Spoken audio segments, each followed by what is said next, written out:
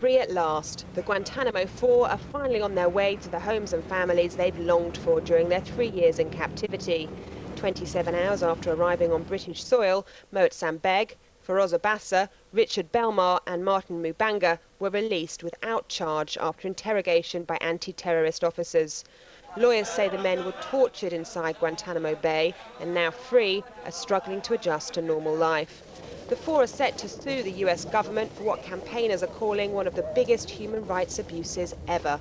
The US had accused the four men from London and Birmingham of having links to Al-Qaeda and held them without charge or trial at the US naval base in Cuba. Guantanamo has become synonymous with harsh conditions after pictures of shackled prisoners and reports of abuse shocked the world. Lucy McDonald reporting. The rest of the news this Thursday morning with Kate.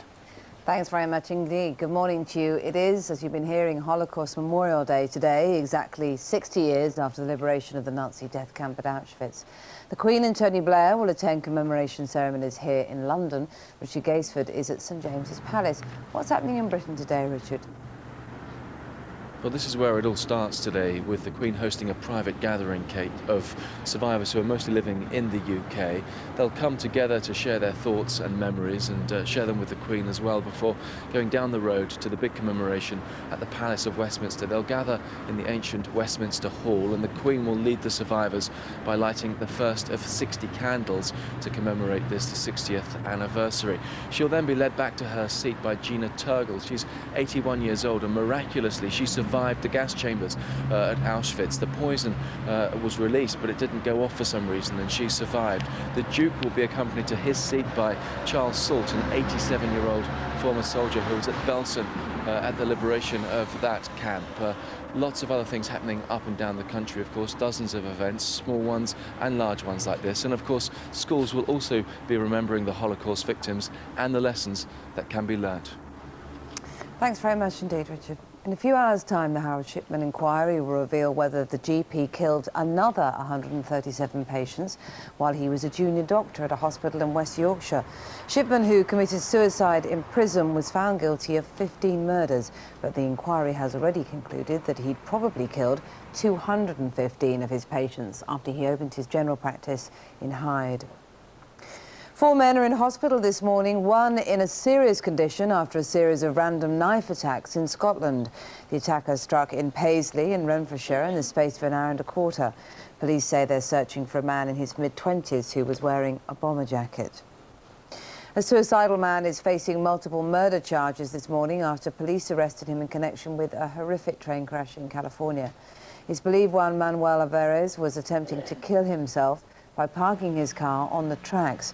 But as the train approached, he had second thoughts and jumped clear. 2 packed commuter trains then collided after hitting the car. The man was found wandering the scene after the accident, muttering, "I'm sorry, I'm sorry." 11 people died and 40 are in a critical condition in hospital. Now, if you've been feeling a little bit chilly over the last few days, and perhaps your thoughts have been turning to a cheap winter holiday, but tourists on Mallorca yesterday got more than they bargained for. Sun, sea, sand and snow. Robin Ross reports. A dip in the water, the warm embrace of the sun. That's what most visitors to Mallorca were counting on this week. But 3,000 British holidaymakers woke up yesterday morning wondering if they were back home. And locals were stunned as the island saw its first snow in decades. I'm 32 years old and I've never seen anything like it. Snowing in the centre of the island and on the outskirts. It is impressive. I'm enjoying the day. It's very pretty.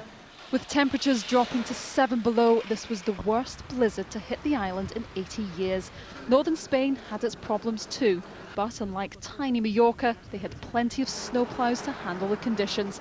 On the usually sunny island, they have just 4.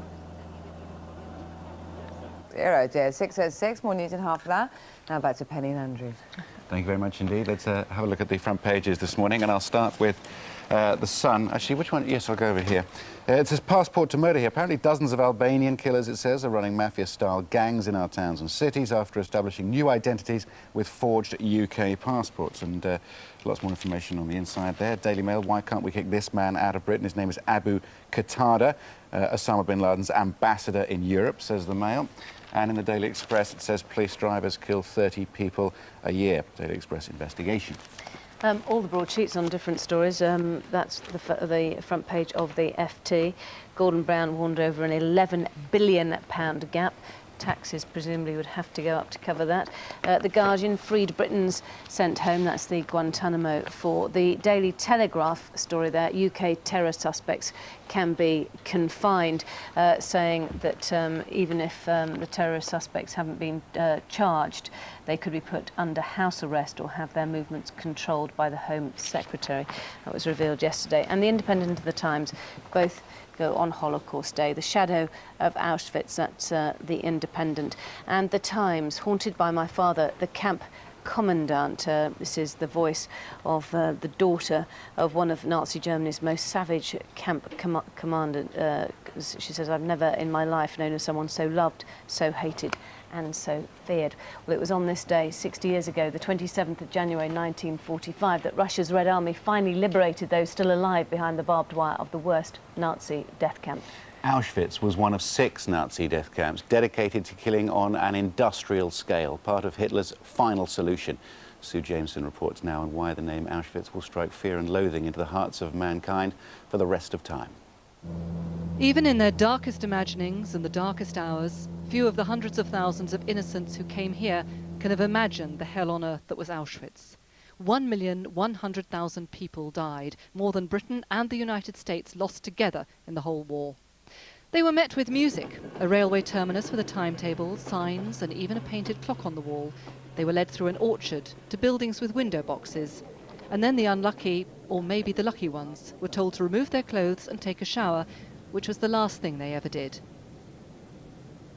Others were tortured to death in Block 11, worked to death, or succumbed to the twin spectres of starvation and disease which stalked the camp.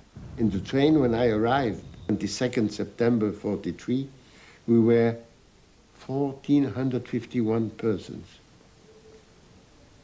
66% have been gassed the very day of their arrival, and 51 of the tattooed men and women survived. So it's 3.5%. It's not much. At first in 1940, the camp housed Polish prisoners. Then after the invasion of the Soviet Union, Russian prisoners, most of whom died building the vast extensions to Auschwitz necessary for that final solution. In spring 1942, the first deported Jews arrived, many from the Polish ghettos into which German Jews had also been crammed. When the camp was finally liberated by the Red Army, 8,000 people were found barely alive. 60,000 others had been taken on a death march to Germany, and the gas chambers had been blown up to try to hide a crime of such depravity that only those who live to tell the tale can really know what the word Auschwitz means. And we'll be speaking to Eva Schloss, a survivor of Auschwitz and the stepsister of war diarist Anne Frank, in 10 minutes' time. 6:10. We'll take a couple of minutes out now to talk about sport. Maybe we should get used to saying this. Chelsea have won again. And last night's victory over Manchester United was the most significant of Jose Mourinho's short reign. It puts Chelsea in their first cup final since Roman Abramovich decided to conquer the world of football, certainly domestic football. Former Chelsea star Paul Elliott is here this morning. Morning to you, Paul. Good morning. He tried his usual mind games before the game, didn't he, Sir Alex Ferguson, and didn't work this time. A loss at Old Trafford. Well, I think Chelsea certainly have the Indian sign over them. They've been outstanding all season. That form, that quality has maintained its momentum, and I think the manner of it, Andrew, was very, very impressive indeed. Yeah, well, it's a hard one with the keeper. I mean, he's got to make a decision, hasn't he? I mean, does he come? Does he stay? And I just think that he was very indecisive at that point, but full credit to Duff and the quality of the ball. OK, so they're through. Let's talk about Craig Bellamy and the situation at Newcastle. It's Bellamy versus Souness, with Freddie Shepherd, the chairman, on Souness's side. Yes. And now, is Bellamy leaving the club or not? I think yes, because the reality is a club cannot keep any player that's unhappy. Obviously, the much rumour situation. You just got to put a lid on it now. You know, it's purported the player didn't want to play, said he was injured. In fact, he wasn't injured. That's allegedly. So I think the reality of the situation is that he will be moving on sooner than later. He's also allegedly going to sue the club for constructive dismissal. I mean, this is a man making reputedly £40,000 a week. I mean, you wouldn't get out of bed for that, Andrew, would you, really? Yeah, well, not at all. I mean, I'd go for a pay raise before you start suing them, surely. I mean, I just can't understand that. I mean, obviously, there's been a purported lawyer said, you know, if he were to make the claim. I mean, I can't see that. I mean, the reality of the situation is, you know, the player says he doesn't want to go, but you can't keep a player unhappy. There's been an unfortunate situation. The most important thing is, you know, I think for a player in the club, for the player to move on. Yes, certainly.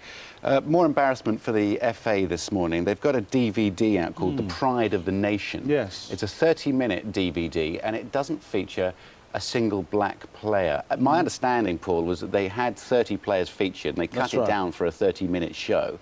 There are 17 players left, and there's no black players. Yeah, I mean, it's a bizarre set of circumstances. I mean, the FA, to their credit, has come out and has apologised profusely. The reality was, as you said, they've reduced the running time, but the fact of the matter is, since 1978, black players have made a significant contribution. But I do feel, who made that decision? Was it the video company or was it the Football Association? I get the impression the onus was on the video company. They shortened the video, and I think they should be held accountable. In the Australian Open tennis, just an hour ago, Serena Williams has beaten Maria Sharapova. That was the final of Wimbledon last year. Davenport versus Deshi next. Federer, Safin, Hewitt, Roddick in the men's event. Paul, thank you very much indeed for coming in this morning. It's almost 40 minutes past 6. Today marks the 60th anniversary of the liberation of Nazi concentration camp Auschwitz in Poland. The death camp will forever cast a shadow over the history of mankind, the place where more than 1 million Jews died. Well, later today, the Polish President Alexander Kwasniewski, Foreign Secretary Jack Straw, German Chancellor Gerhard Schroeder and Prince Edward will attend a Holocaust memorial ceremony there. In a moment, I'll be talking to Holocaust survivor Eva Schloss, whose stepsister was Anne Frank. But first, German journalist Alan Posner joins us now from Berlin. Good morning to you, Alan. Morning. Morning. What are the Germans doing to commemorate the day? Well, this has been a Holocaust Memorial Day for the past 10 years. And today, of course, it's a very big thing for the political class. The German parliament, the Bundestag, is holding a special session. As you may know, German Foreign Minister Joschka Fischer was in New York for a special session of the UN General Assembly, and as you just heard, Mr. Schröder and Mr. Köhler, the president, are both going to Auschwitz to take part in ceremonies there. So the German political class and, of course, the whole press are going very big on this. Germany will be remembering today in a very big way. And when you say it'll be remembering in a very big way, I mean very similar to us, for example, there's one of our newspapers today, for example, has many pages about what went on. Yes, well, for instance, Germany's biggest magazine, Der Stern, has its front page with a picture of the famous gate at Auschwitz, and underneath the question, must we always be guilty? Inside, actually, the magazine answers, no, we mustn't, but we must always be responsible. So it's a somber mood in Germany today, a day of remembrance, a day of recalling what actually happened, the horrors of the death camps for which this country was, after all, responsible. But there's still, as I understand it, still shock in some areas like Saxony as Germany struggles with its past and the new far right. Well, that is the point. In Saxony, the federal state in the east of Germany, during a minute's silence for the Holocaust victims, the neo-Nazi party NPD, which has got 9% in polls in elections there, walked out. Afterwards, explaining that they felt one should remember the so-called bomb holocaust of the Allies, i.e. the destruction of Dresden, which is also a year ago today, well, not today, but in this month. So here is an attempt to revise the past by Germany's far right, to say that Germany wasn't only the nation of the perpetrators, it was also a nation of victims. This is we're going to hear a lot more of this, because as the Holocaust recedes into history, people are going to not talk about what actually happened, but how Germany relates to what happened. And there is a tendency on the far right, there is an agenda to say we can't pick up, we can't get a hold of our economic woes and our troubles here unless we have a different picture of the past and are more proud of our past and see ourselves not just as perpetrators but also as heroes and victims. This is going to be a discussion which is going to go on for quite a long time. Alan, thank you very much for talking to us this morning. Well, Auschwitz survivor Eva Schloss is here now. Good morning to you. Actually, I was just looking through this, and the figures still are just so incredibly chilling when you look at them. 800,000 Jews died through ghettoisation or starvation. 1,300,000 actually killed by mobile execution units, and then, of course, 3 million dying in extermination and concentration camps. The figures are just so staggering. How old were you when you were taken to Auschwitz? Just 15. It happened actually, I was betrayed on my 15th birthday in May 1944. And immediately we were taken to Auschwitz. And how many of you were there in the family who all went? Well, the close family was my mother, father and brother and me. And only my mother survived. My father and my brother, who was not quite 18, perished. And did you know what was happening when you were in Auschwitz? Did you know what was going on? Oh, definitely, yes, yes. We were told all the time by the capos, and as well we saw the chimneys burning and you could smell flesh. So we did know. And everybody else knew. You know, that is something else.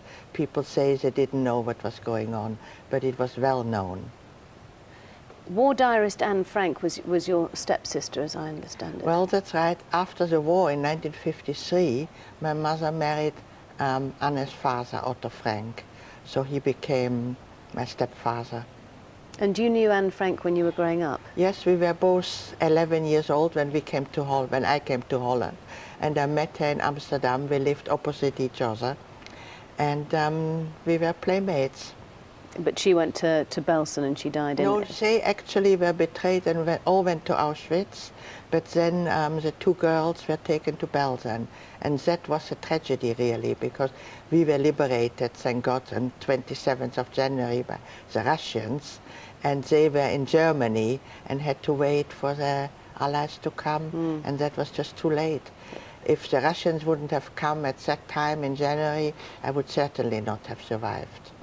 So do you think it was clear at the time the extent of what was going on, the extent of the Nazi persecution? To the outside world?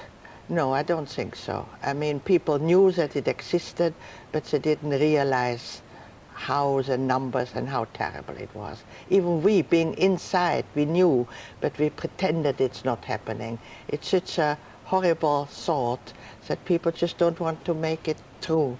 But it was known, but people just didn't want to accept it. Do you still have nightmares? No, not anymore. It's after all 60 years, but it is very vivid in my memory, you know, when I can see it all as if it happened yesterday. And your life story has been immortalised in a stage play, And Then They Came for Me. What part of your life story is that? Well, they wanted to create a play still around Anne Frank, so they took two other families who knew Anne. And as it happened, my family is quite prominent in this play.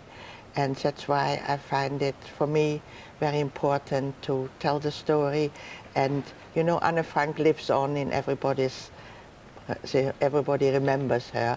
But I felt always my brother, who was just as talented in a different way. He was a painter and a musician and a poet, and he's sort of forgotten. And now bringing him back on stage, sharing him with thousands of people, you know, I feel I bring him back to life. And we have some paintings which he made. They're saved, and they're traveling around the world. Well, Eva Schloss, thank you very much for coming in this morning. Thank you. And you can find out more about more commemorative events that are taking place near you by going to the website gm.tv. Thank you. Thank you. Time for a break now. In a few minutes, the real price of childcare. Parents are being hit in the pocket by soaring costs, just as nurseries report they're struggling to find staff. And after the release of the 4 British men freed from Guantanamo Bay without charge by police here, we'll be speaking to the father of one of the men, Mazen Beg.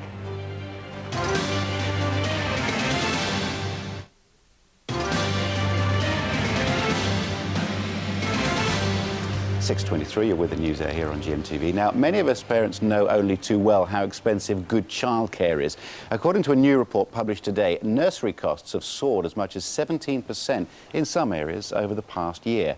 In Scotland, for instance, childcare for children under 2 costs, on average, £122 a week. In Wales, a nursery place is slightly less, at £120 a week. In England, the typical cost a bit more, £132 a week, a 7.3% increase from last year, that is. And inner London, it can cost anything from £197 to a massive £350 a week. In a moment, we'll be speaking to Stephen Burke, who's from the Daycare Trust, who published these figures. But first, let's hear what mums have to say on this issue. I've always worked full-time prior to the children, and then they came along, and I knew that it would just be part-time work that fitted around everybody, really, i.e. my husband and the children. I'd like to think that if you wanted to go back to work, there would be that infrastructure there in place so that it isn't an extra worry for you to think about on top of having a new child and the extra expense of that.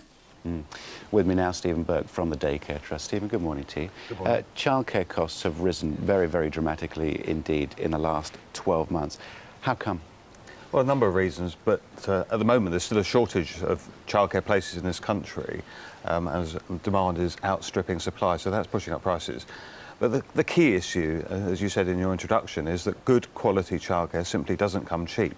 And the real question, I think, is who should pick up the bill? And we believe that there should be a fairer sharing of the cost between parents, government and employers.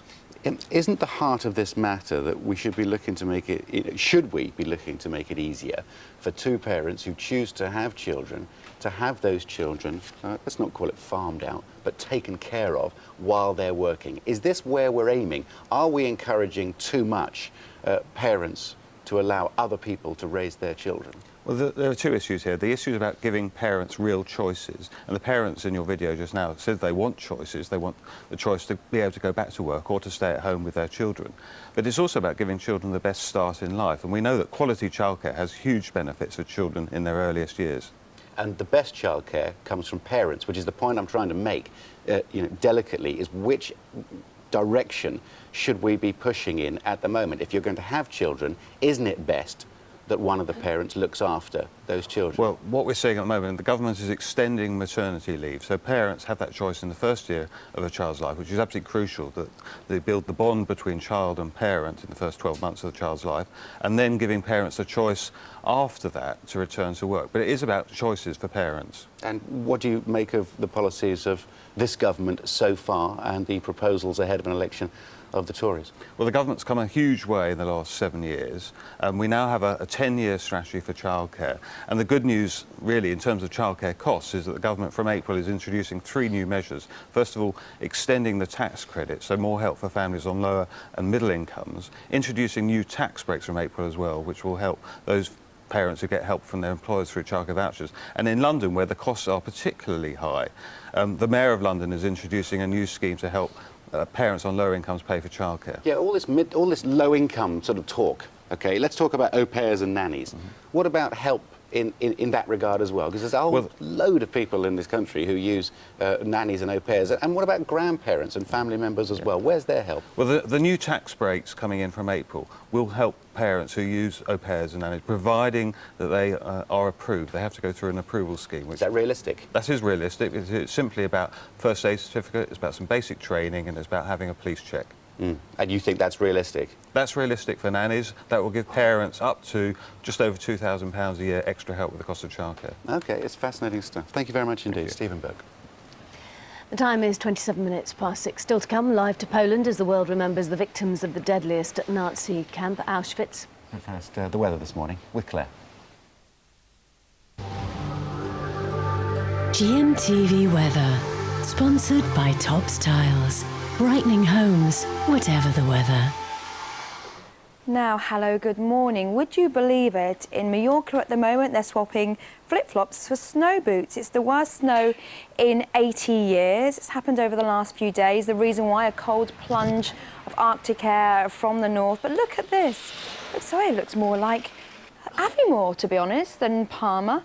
They've got the snow ploughs out. I don't know where they came from because obviously there's not a lot of snow in Mallorca, and I haven't reported it at all in the last 5 years. But as you can see here, blizzard conditions, and it's going to continue probably for the next day or so, the cold weather that is. And that's because there's a cold burst of air coming down from Siberia. That means good news for alpine resorts and also for further east as well, places such as Bulgaria. Good skiing here over the next few days. For Spain, cold, clear air, hence temperatures struggling. At least there will be some sunshine. But for the Atlas Mountains, the northern tip of Africa, expecting to see some snow yesterday and also today. As the cold air hits the warm Mediterranean seas, there will be some heavy showers around for Italy. In fact, over the next few days, they could actually see some snow here as this area of cold air translates its way eastwards. That's good news for Spain and Portugal. I think it slowly will warm up here. But for Mallorca, yesterday, temperatures dipped to -7°C. It's much warmer here. We were seeing the cold air from the northeast, but at least now it's a little bit better, but more of the same for us. A lot of cloud generally. We'll see some patchy rain and drizzle across more eastern areas. For the west, perhaps a hint of sunshine for Ireland, as well as southwestern areas of Scotland. Elsewhere, well, not a lot going on, and temperatures very similar to yesterday in the north, up to 7°C in the south. Here's your summary. See what's coming up this weekend on our website, gm.tv. Good morning. It's almost 6:30 on Thursday, the 27th of January. You're watching the news there on GMTV on the 60th anniversary of the liberation of the most notorious of the Nazi death camps, Auschwitz in Poland. We'll be going over to John Stapleton in Poland for a view of the commemoration services in a few minutes' time. But first, the 4 British men held in Guantanamo Bay in Cuba for up to 3 years enjoyed their first taste of freedom last night as they were reunited with their families. The men, who have been released without charge, are expected to sue the US government, as Lucy McDonald reports. Free at last, the Guantanamo 4 are finally on their way to the homes and families they've longed for during their 3 years in captivity. 27 hours after arriving on British soil, Mohsen Beg, Feroz Abbasi, Richard Belmar and Martin Mubanga were released without charge after interrogation by anti-terrorist officers. Lawyers say the men were tortured inside Guantanamo Bay and now free are struggling to adjust to normal life. The 4 are set to sue the US government for what campaigners are calling one of the biggest human rights abuses ever. The US had accused the 4 men from London and Birmingham of having links to Al-Qaeda and held them without charge or trial at the US naval base in Cuba. Guantanamo has become synonymous with harsh conditions after pictures of shackled prisoners and reports of abuse shocked the world. Lucy McDonald reporting there. 29 minutes to 7. Let's get this morning's other top news stories now from Kate. Thanks very much indeed. It is Holocaust Memorial Day today, exactly 60 years after the liberation of the Nazi death camp at Auschwitz in Poland. The Queen and Tony Blair will attend commemoration ceremonies here in London. Richard Gaisford is at St James's Palace. So what's happening in Britain for this today, Richard? Well, the commemorations for this country start here at St James's Palace. The Queen will host a private gathering for survivors living in this country, a chance for them to come together to share their memories and thoughts with themselves and, of course, with the royal family. The Queen will then lead survivors at Westminster Hall, the ancient gathering place down at the Palace of Westminster, and she will light the first of 60 candles to commemorate the 60th anniversary. She'll then be led back to her seat by Gina Turgel, 81 years old, who survived the gas chamber at Auschwitz, miraculously survived it. The Duke will be accompanied to his seat by Charles Salt, an 87-year-old former soldier who was at the liberation of Belsen. Lots of other commemorations going on up and down the country, and of course schools will be remembering the Holocaust victims today as well, Kate. Richard, thank you very much indeed. And in 10 minutes, we're going to be crossing live to Poland, where world leaders will join survivors of the concentration camps to mark the Holocaust Memorial Day. The final report into Britain's worst serial killer, Harold Shipman, is to reveal if he murdered a further 137 patients while he was a junior doctor in West Yorkshire. The 4-year inquiry has already found he probably murdered 215 of his patients. Vivovi Todd reports. Today's report will be the 6th release by the inquiry delving into the deadly past of Harold Shipman. Under the guidance of Chairman Dame Janet Smith, investigators have been examining medical records, death and cremation certificates. The aim to discover whether the former GP murdered 137 of his patients here at Pontefract General Infirmary. He became a houseman at the hospital in 1970. He left in 1974 for a career in general practice, opening his own surgery in Hyde, where the vast majority of his victims were killed. Although he was convicted of murdering 15 patients cold-bloodedly, dispatching them with lethal injections, it was concluded that he probably killed as many as 215. But now the inquiry is expected to reveal that Shipman began his shocking killing spree much earlier than anyone previously suspected. A suicidal man is facing multiple murder charges this morning after police arrested him in connection with a horrific train crash in California. It's believed Juan Manuel Alvarez was attempting to kill himself by parking his car on the tracks. But as the train approached, he had second thoughts and jumped clear. Two packed commuter trains then collided after hitting the car. 11 people died and 40 are in a critical condition in hospital. Chelsea will play Liverpool in the Carling Cup final next month. Jose Mourinho's side beat Manchester United at Old Trafford last night in a thrilling match. Kathleen Wood watched the action. And the time is 6:34. Let's check what's happening where you are.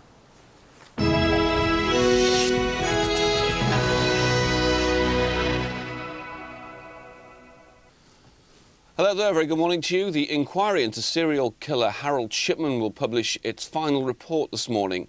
It's expected to reveal whether or not the Hyde GP could have been responsible for 137 more deaths as a trainee doctor in Yorkshire. Tim Scott reports. It's believed Harold Shipman murdered at least 215 of his patients during his time as a GP in Hyde in Greater Manchester.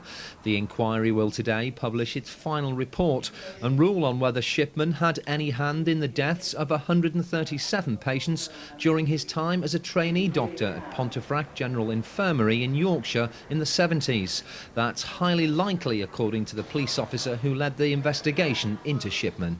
It's already been concluded by the public inquiry that Shipman began killing his patients as soon as he went into general practice, which was obviously straight after he moved from Pontefract General. There's no reason to suppose that anything other than the fact that he was involved in killing people right from when he became a doctor. Shipman, the final report, will be published at 11 a.m. this morning.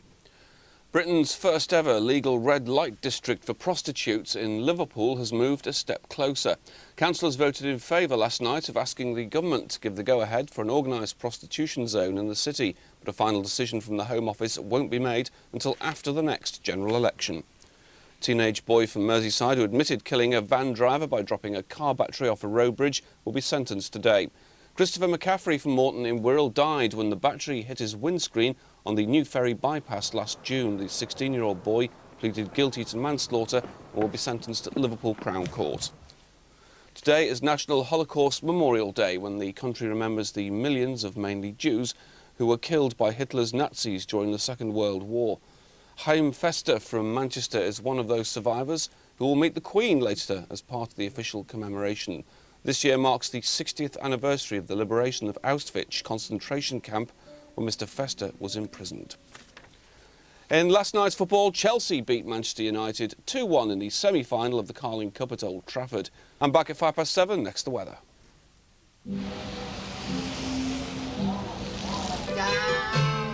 Brighten up your winter with the fresh smell of summer. A grey and damp start to the day, especially over higher ground, remaining overcast this afternoon with the best of any sunshine on the coast. Top temperature 8 Celsius, 46 Fahrenheit. It's almost 20 to 7 this morning. Today marks the 60th anniversary of the liberation of the most notorious of the Nazi death camps, Auschwitz. John Stapleton's in Poland for the commemoration services this morning. John, very good morning to you. Can you tell us a little bit about exactly where you are?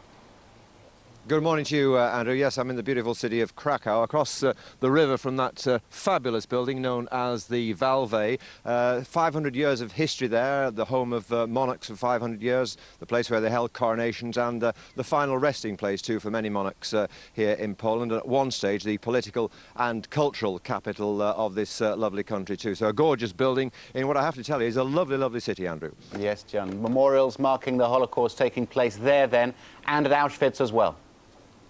That's right, here in the city of Krakow a little bit later today, and then this afternoon out at Auschwitz, where we expect at least up to 10,000 people to attend a service commemorating the liberation of that death camp on this day 60 years ago. That at least is the theory, but once again, as you can probably see, we have a bit of a problem with the weather. I was telling you yesterday, Andrew, it was -12. Well, actually, I was misinformed. It was actually -17, and with the wind chill today, it's going to feel even colder. On top of that, we've got, as you can probably see, a lot of snow. It's been snowing more or less non-stop for the best part of 24 hours now, and last night a lot of flights into Krakow were cancelled, and there's a question mark as to whether some of the dignitaries, who include our own Foreign Secretary Jack Straw and Prince Edward, will actually make it here to Krakow. 20 presidents, including President Putin and the German Chancellor and the French President, also expected to attend, weather permitting. Well, no doubt, John, security extremely tight. Massive security, Andrew. For 4 days we've been here now, and even yesterday here in Krakow, 40 miles from Auschwitz, many streets closed, and our own hotel full of security men because of the dignitaries, some of whom are already here, and because of those who are expected. Probably the biggest security operation Poland has ever seen. And can you tell us something about how Auschwitz was actually used by the Nazis in their persecution? It wasn't just the Jews as well. It was gypsies, it was ethnic Poles as well, the disabled, homosexuals, everybody. Just about anybody who, in the twisted logic of the Nazis, posed some kind of threat, Andrew. Yes, you're absolutely right. Not just Jewish people, although at Auschwitz they were the biggest number. More than 1 million Jewish people killed there, and at other death camps throughout this part of Europe. And of course, those who escaped the gas chamber were subjected to, in many cases, a living hell as well. Some of them were starved to death, some froze to death, some were beaten to death, and those who survived were made to work 10 hours a day on one piece of bread and 2 bowls of very, very watery soup, often beaten and abused in the most vile way by their Nazi guards. It was purgatory. It was an unspeakable horror by some very, very deranged fanatics. Indeed, John. Thank you very much indeed. Well, watching that with her own memories this morning is Auschwitz survivor Susan Pollack. Good morning to you. Good morning. Just looking through the figures again, I was talking earlier on about how the numbers just are so unbelievable, 5 million Jews. But then I was looking at the percentage of Jews. In the Netherlands, for example, 75% of the Jewish population wiped out. Germany, 90%. Poland, 90%. And in Hungary, your own country, whereas Hungary, it was 60% of the Jews there were murdered. It is... They're just such shocking figures, aren't they? It is difficult to comprehend it. And I think the figures clearly show sometimes the local collaboration that existed in many countries, certainly in Hungary. And we were the very last ones to be transported, more than 500,000. And those who lived in Budapest, some of them managed to escape for various reasons. We had, thank God, Raoul Wallenberg, a great hero of our times, who helped us. But on the whole, most of us were transported to Auschwitz. And you must have been very scared when you got onto the trains to be taken there. Well, we had no idea where we were going to be taken. I think we were entirely duped and entirely deceived. We had been told that there's going to be a program of resettlement somewhere to the east. And because we had been persecuted for so long before we were taken to Auschwitz, we believed that perhaps that program might result in saving our lives. And you were a teenager when you were taken to Auschwitz? I was 13 years old at the time, a very young 13. And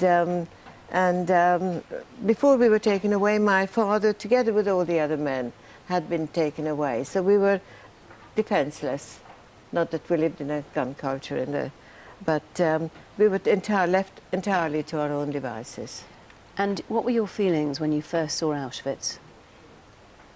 great fear and terror. Terror where I had been selected immediately away from my mother, who was gassed on arrival, and my brother was taken to another group with another group, and I was taken to the barrack where we had been disinfected, shaven, and changed the clothes. And your brother also survived, didn't he? But he had a terrible ordeal doing slave labour. He had a terrible ordeal. Their program was occasionally to grab young able-bodied men and use them as Sonderkommandos to shovel the bodies out from the gas chamber into the ovens. It is remarkable that you ever made it out, because you actually survived selection by Joseph Mengele, didn't you, whose nickname was Dr. Death? That's right. Yes, I had been selected several times, and he was checking to see how much flesh we still had on our body, completely naked. And on one occasion, I suppose they needed slave labour, and they took me. And then you went on a death march to Belsen. I went, yes. Initially, I was taken to the slave labour camp in a large industrial German town. From there, as the Allied forces were advancing, we marched 1944-45. Yes. And what do you remember of being liberated? I remember hardly being alive. I remember it wasn't a great day of jubilation, shouting, "Oh, we've been freed," because few of us had the energy by then. And certainly I was a living corpse. But the British Liberating Army were very quick in setting up a relief program for us. And they fed us, they put us in clean beds, and looked after us. And for you, it was the end of that part of the night. It was a moment of incredible revelation that there is humanity outside still surviving. Susan Pollard, thank you very much for talking to us this morning. Well, survivors like Susan telling their story, so we'll never forget the horror of Auschwitz. A school in Yorkshire has been selected by its education authority as the official school marking Holocaust Memorial Day, and pupils are remembering those who suffered at the hands of the Nazis. Rachel Harrison is with them. Rachel. Yes, good morning, Penny. When I was growing up, I learnt about the atrocities of the Second World War from my grandfather, because he actually fought there. But very much these days, the responsibility to try and remember is on the shoulders of our schools. Now, joining me now is the head teacher of Walgate College. Just tell me what you're planning for today. Today, the children have a really intensive day. All lessons are suspended, and they have a whole range of activities to help them focus on the Holocaust. But I think the important thing to bear in mind is that they normally, in their normal lessons, they deal with issues like the Holocaust and issues like intolerance and prejudice, just as part of their normal education. And you put the two together, and that helps them learn. Now, one of the things the children have been doing is they've actually done a memorial. Now, joining me here is Ross. Now, just explain to me what we can see behind you. You've all been working on this, haven't you? Well, the figures spell out the words never again. As a reminder to everyone who sees it, the atrocities, such as the event 60 years ago, should never be repeated. Every student in the school had the opportunity to create these men of clay, and every figure represents a small portion of the victims of the Holocaust. The students and the teachers have been working on this project for some time, and I'm very proud to be representing the East Riding of Yorkshire today.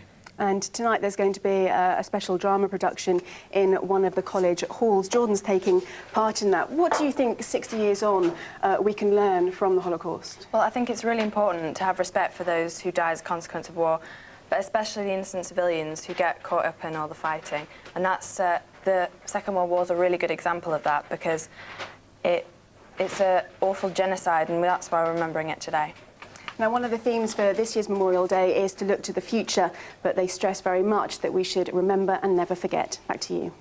Rachel, thanks very much. 6:47 is the time. You're watching the news hour here on GMTV. The headlines you're waking up to this morning. The final report into killer GP Harold Shipman's crimes is to reveal if he murdered any of his patients when he was a junior doctor in West Yorkshire. The cost of childcare in Britain has soared over the past year, and now the average annual price for a nursery place is more than £7,000. And a man is being questioned by police in California in connection with a train crash. It's thought he'd driven his car onto the tracks to commit suicide, but jumped clear at the last minute and caused that.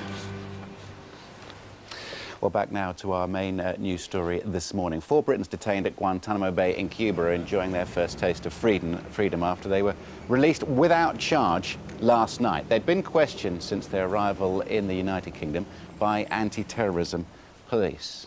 Well, joining us now is Azmat Beg, who campaigned heavily for his son Moazem to be released. A very good morning to you, Azmat. Good morning. How are you feeling? I'm feeling all right. I'm feeling over the moon. You must be. How is he? He's all right. He's very tired. He couldn't sleep until we left him round about 2:30 or 3 o'clock last night. And he was marvelous. He was happy, although he has come from hell. And he has gone through lots and lots of problems. We briefly discussed that, and we know that he is very, very strong man. He's a sort of hero sort of person. Is he bitter? Is he angry about his treatment? No, he's very quiet. He's very, very determined, and he wants to fight for the people who are still there, and he's definite and sure about that they are not terrorists or anything like that. They haven't done anything wrong, especially 6 Britons who are being held by Guantanamo Bay. Now, Azmat, when I say this, I mean, your reaction, I'd be very interested when you hear that Lieutenant Commander Flex Pexico, a Pentagon spokesperson, has said the United States still believes the 4 Britons, including your son, pose a threat to security. He goes on to say that he continues, or the American government continues to believe that these individuals pose a significant threat, and that British authorities have assured us that they will take the necessary steps to address the threat posed by these individuals, but they didn't have enough information they needed to charge these individuals. They're making it fairly clear what they think of your son here. What's your reaction? Well, as I heard from my son, they have taken more than 300 interviews, and 300 interrogators came down to his cell, and everything has been done and nothing has been proved. No evidence is there of anything. But if the United States wants to say things, it's up to the United States. And you can cast off that bitterness and that resentment that you I feel? know my son. I know my son very well. My son is a jewel of a person. He's not involved in anything wrong. He's a very God-fearing sort of person. He's always thinking of humanity, and he is always doing good. What about compensation for his treatment? Well, that is the question which is to be answered by him, actually. He's a grown-up person. I don't have any control over it, but I can assist him if he wants to do that. But he hasn't mentioned anything about that. And he's been welcomed back by your community. Not my community, by several law-abiding citizens of this country. My campaign was not towards my community or Muslim community, you may say that. I was fighting for human rights right from the beginning, and till the end I was always saying that it's human rights fight. It's nothing to do Muslim or Christian or anything like that. It's what about his immediate plans now? I don't know. I haven't discussed that, and I can't answer this question at the moment. Do you think he'll be able to go on with his life he from will, this of course, point? yes. He has got to go. He has got to stand on his 2 feet, and he has got to fight like he fought all these 3 years. He should fight for the other people as well, and people who are suffering badly because of the injustification of things. He should come forward and do. Okay. Azmat Beg, thank you very much indeed for joining us this morning. Time is 8 minutes to 7. It is still, despite the rise of pizzas and curry, Britain's best-loved takeaway dish. 250 million steaming portions of fish and chips served up every year. Not surprisingly, there's intense competition amongst fries to be the best. And last night, a chippy from Worcestershire battered away the competition to become national champions. I know, I'm sorry. Not one to refuse a free breakfast, Jackie Cabler is at the suitably named Our Place in the village of West Hagley. Jackie, good morning. Good morning. Suitably named, and I'm suitably dressed, as you will note this morning, by strict orders of our senior producer, I have to say. Yeah, I never want to turn down a free breakfast. You're absolutely right. Come on in. And this is probably about the best place you can go. Take a look at this place. It's a very trendy little restaurant as well. Nice stone floor, leather waiting area. As you can see, it's not even 7 o'clock and we have 2 hungry customers lined up already. Now, this shop won the accolade of the top fish and chip shop in the country after a rigorous 9-month judging process. This wasn't just a one-day competition. And they were judged on all sorts of things, from hygiene to customer service to, of course, the quality of the food. So let's come around here and talk to the winners first of all. This is, oh, look at these, he's getting the chips out already. Greg and Caroline Howard, come over and join me. And their oldest daughter, Tori, here. Now, congratulations, first of all. What a surprise, was it? I mean, you had no idea you were going to win, did you? None whatsoever, no. What was it like yesterday, getting the award? It was very nervous to start off with, but once we found out that we'd won, it was fantastic. Yeah, we were overjoyed. Now, you're kind of the behind-the-scenes person more, and Greg's hands-on. Greg is actually second-generation fish and chip shop, and you've only been doing it a little while. I mean, is it a hard thing to get into? No, just follow my husband, and he knows what he's doing. We hope. What's the secret? What makes a fantastic portion of fish and chips? It's all about quality, really. I mean, you can see that the shop we've got is fantastic. We buy the best produce in that we can. It's all manufactured on site. The fish is cut individually. Potatoes are rumbled in the shop. Yeah. It's all about quality. So, okay. All right, we're going to talk to you a little bit more later on. But first of all, why are fish and chips so fantastically popular still in Britain? I went out last night to check the views of some locals. Because they love tradition, don't we? You know, bangs and mash, fish and chips, we love it. It's warming, it's comfort food, isn't it? What's your favourite fish and chip shop food then? It's got to be haddock, definitely. Cod and chips, usually, yeah. Battered sausage, usually, yeah. Kebab. And how do you like your chips, fat or skinny? Fat ones, really, I think. Fat. Nice and fat. Fat, probably. Everyone likes fat. Why do you prefer fat? Traditional again. It's what we brought up with, wasn't it? Lovely. Nice solid ones. Well, let me just give you some quick statistics about chips and fish. It's a £900 million industry in Britain at the moment. People in Yorkshire eat the most, people in Scotland eat the least, and the most popular fish at the moment is cod, closely followed, of course, by haddock. Here is a cup for the best shop in the country, and I'm going now to have a chip breakfast. Penny, back to you. Just a chip? One chip? A chip, yeah, one, yeah. I'm going on a holiday tomorrow. I've got to get into a bikini, so... Jackie, thank you very much. And you can also see if one of the regional winners is frying tonight by going to our website, gm.tv. Lots more with Eamon and Fiona next, including those cheeky Moon Brothers from EastEnders who are causing problems for cousin Alfie. And your chance to win a holiday to Mexico after the break. It's Claire with the weather.